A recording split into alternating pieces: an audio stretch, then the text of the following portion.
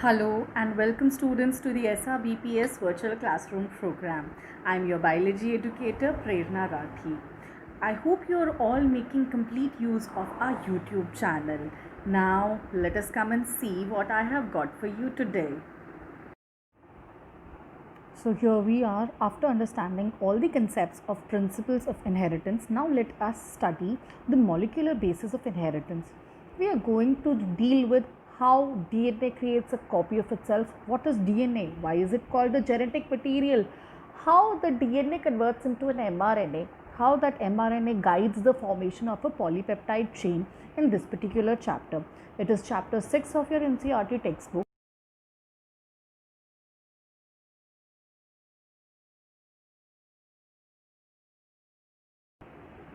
Let us start with the basic concepts of this chapter. We know that in the present living system there are two nucleic acids, that is the DNA and the RNA. The length of the DNA varies from one organism to another. For example, in bacteriophage 5174, the number of nucleotides present is 5386, whereas in bacteriophage lambda, it is 48502 base pairs. In case of E. coli, it is 4.6 into 10 raised to power 6 base pairs.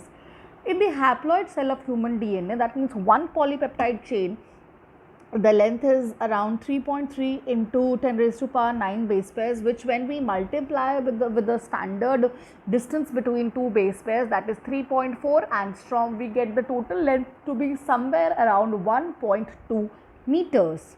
Understood? Now let us discuss the structure of the polynucleotide chain in detail. So this is something that we've already dealt with in class 11, but let us go into a little bit of detail of the same.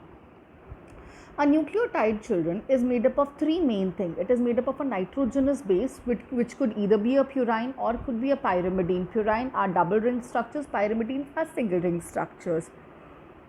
It could be like ACGTU. In case of RNA, it can be uracil also, otherwise ACGT. Fine and a pentose sugar. अगर RNA है तो ribose sugar होगा और अगर DNA है तो deoxy ribose sugar होगा. You can very well see the difference here. Difference is this here at this 3' position. It is OH, and here this OH has been removed from here. O is removed, H is there, so that is why it is a deoxyribose sugar. That's why we call it deoxyribose sugar.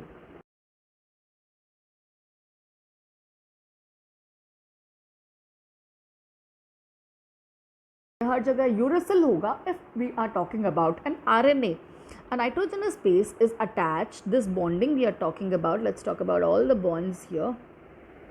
This bond, nitrogen and the sugar, this sugar and the base, this bond is a nitrogen glycosidic bond. It is a nitrogen glycosidic linkage or nitrogen glycosidic.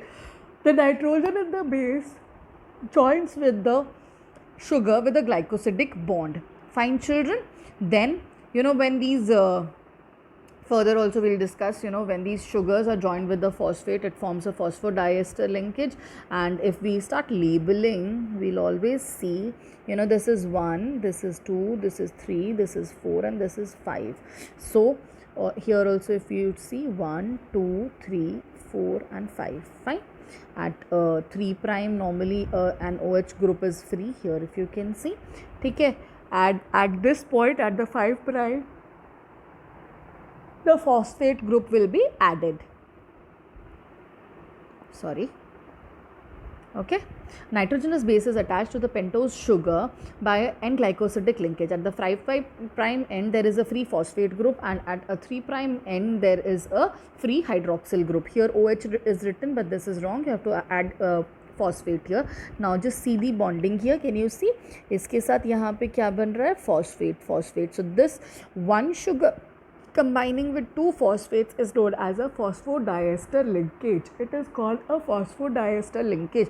Phosphodiester linkage is formed by the loss of one water molecule.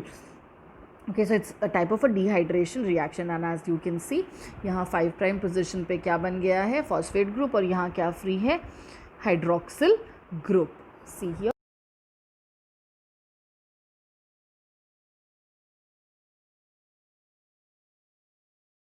polypeptide. This you must always remember. This is very important. Okay, so now let us see the structure of DNA in detail. Just a minute. Yeah, one end of the polynucleotide always have a free prime 5 prime पे phosphate free, and another will always have a hydroxyl free. Now let us discuss the salient features of the double helical DNA. The double helical structure of DNA, children, was given by Watson and Crick in the year 1953.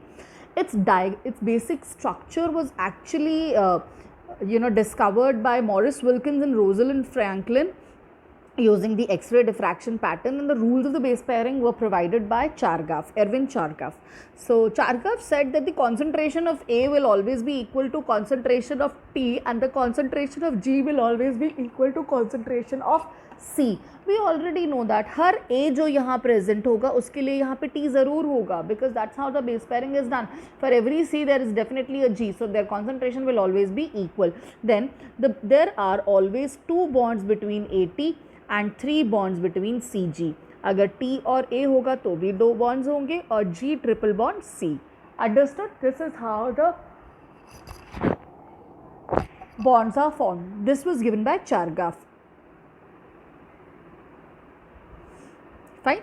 The next rule is the ratio rule. The ratio says the ratio of purines to the pyrimidines is equal to 1. We know because A और T बराबर है, G और C बराबर है, तो इनका sum जो होगा उसका ratio क्या हो जाएगा? 1 हो जाएगा. As you can see clearly here, the width of this DNA is 20 angstrom, and this length, इसको क्या बोलते हैं? Pitch. This is 34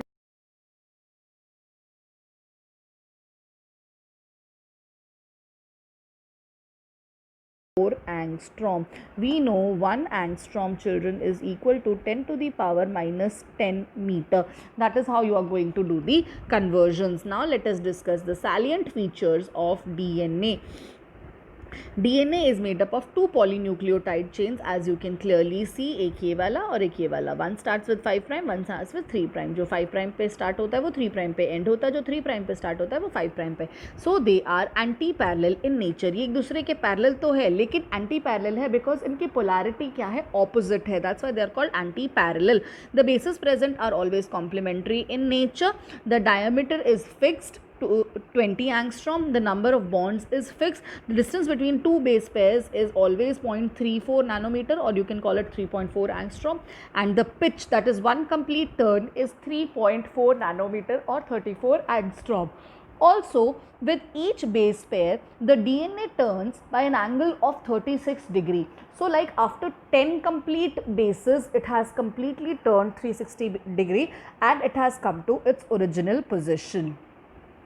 Understood, everybody? That's it for today's class.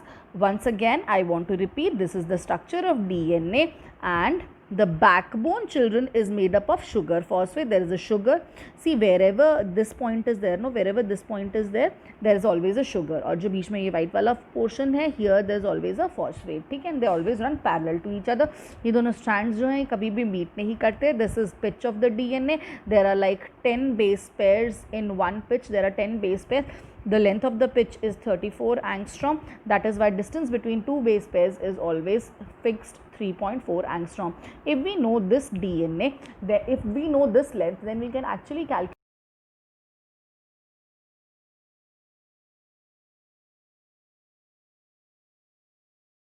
use this property to find out the length of the DNA. In the next class, we will be dealing with central dogma, which is a hypothesis which tells us how the DNA gets converted system. It is the flow of information in the biological system. The details of central dogma we will be dealing with in our next class. Hope you have understood the structure and bonding of the DNA molecule.